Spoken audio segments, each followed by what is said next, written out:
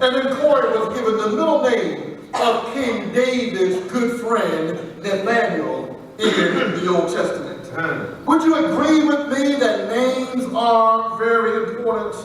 Once you pick out a name for your child, Brother Mike, that child cannot go back. He's stuck with it, or she's stuck with that name for a long, long, long time. Babies have no choice in the name that's placed upon them. They have to live with it. They have to live that name up or live that name down. Names are important because you tend to become the name that's attached to your life. Every so often we hear a child that has a long extended name, like Charles, Philip, Arthur, George, Windsor. Let me repeat it. Charles, Philip, Arthur, George, Windsor. That sounds kind of strange, but that is Prince Charles. And when you understand his lineage and in that country he's royalty, then you need a name to go along with that royal status. So it was with Jesus, who is the Christ. Even before his birth, Isaiah prophesied on days of old that he would be named Emmanuel, God with us.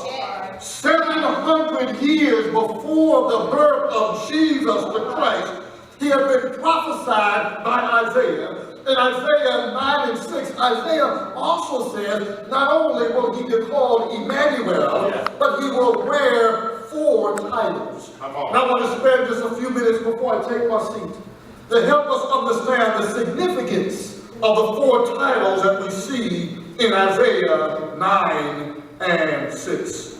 For unto us a child is born, unto us a son is given, and the government will be upon his shoulders, and he will be called Wonderful Counselor, the Mighty God, the Everlasting Father, and fourthly, the Prince of Peace. This verse for examination it is a wonderful context, a wonderful understanding the character and the nature of Jesus. Each title unlocks the character and the nature of our Christ. Come on. What child is this? Who laid to rest on Mary's lap, who's sleeping? Let's spend a few moments to help us answer that question.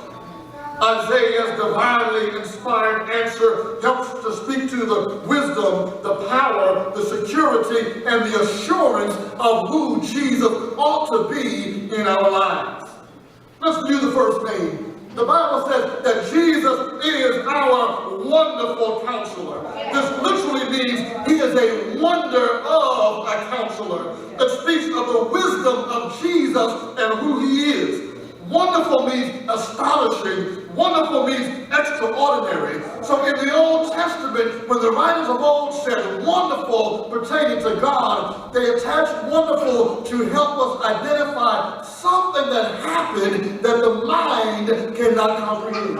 Anyone ever have something wonderful happen in your life and you knew it was not by man, it had to be the very movement of God? I remember hearing my dad years ago, he had a little white Toyota.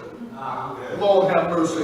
I thought he had it about 10 years too long. But I remember hearing him say one day he drove around Shrewsbury Avenue in Tin Falls, New Jersey, and he said a truck had come by. He wasn't paying attention, and he said there's no way to explain why that truck did not hit that little Toyota and take it out. He said as he saw the truck coming, next thing the truck missed him and he was on his way. That I call wonderful because you can't explain it. It's a very movement of God. And anyone ever have that kind of movement in your life? Yes, sir. That you know, I can't explain it, but all I can say is, God, what a wonder you are in my life. God has been a wonderful counselor all the days of my life. Counselor means advisor or the ideal ruler. Is Jesus the ruler in your life? He is a reliable counselor. When we go to Christ for counsel, he will always give us exactly what we need.